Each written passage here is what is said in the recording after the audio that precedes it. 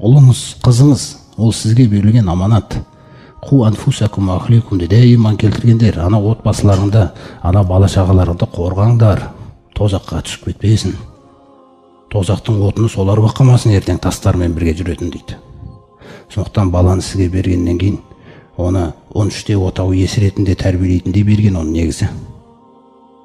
Балиғат жасына біз қазір ұл мен қыздар қай жаста бұзылып жатыр? Пайғамбарымыздың сүннетінде 7 жастан бастап намазға бұйырып, 10 жаста бастап намаз үшін соғыңдар. Егер оқымаса, дүние үшін соқпасақ болады. Телевизорды құлатып аламау проблема емес бізге. Бізге бала одан артық. Теледидарыңнан да артық, анау машинаның терезесін сындырып қойса да проблема емес бізге. Біз оны бұл стандарттармен өлшемейміз, бірақ Алламен байланыс үзіліп жатса, ол біз үшін қиын. Өйткені өзіңнен кейінгі шежірең бұзылып жатса, біткен жерің емес па ол. Сондықтан ол баланы, ол ұлды сізге аманат қылып берген тәрбиелеуге.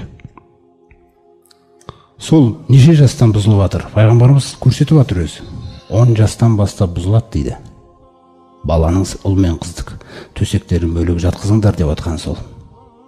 Өйткені тері-теріге тие бастаса, шайтан біледі дейді не істегісі келетінін.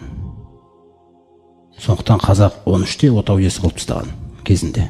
900 жылдар замандарда ол құр жай бір нақыл сөз емес, ол реально болған сөз кезінде.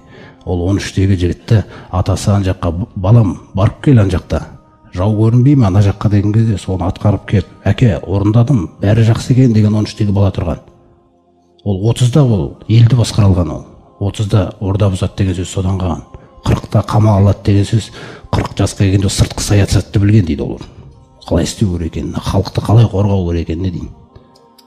50-де жастарға насихат айтып отыратын адам болған. Бізде қазір 60-та, 70-те домино ойнаймыз. Біздің заманымызда діннен ажырап қалғаннан кейін қараңыз біздің тағдыр не сыйлап жатыр. Бізге карта ойнайтын ақсақалдарды сыйлады, карта ойнайтын нелерді сыйлады. Әжелер бастарына химия жасатып алатын әжелер пайда болды бізде.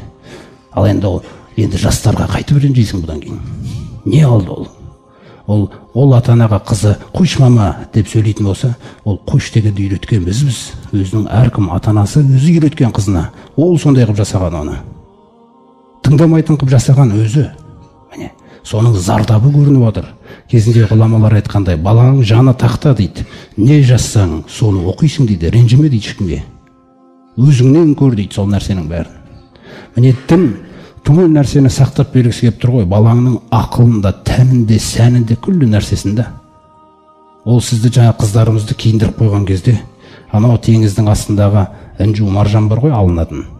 Соны алу үшін атауын тастың ішіне бекіткен де, қабыршақ. Соны тарс-тарс шықыр-шықыр етіп ашқан кезде шығады анау. Сондай қап ұстағысы келеді екен де Алла Тағала. Әйелдерімізді де, қыздарымызды. Ол күйеуінің маржаны да, ол күйеуінің сәні.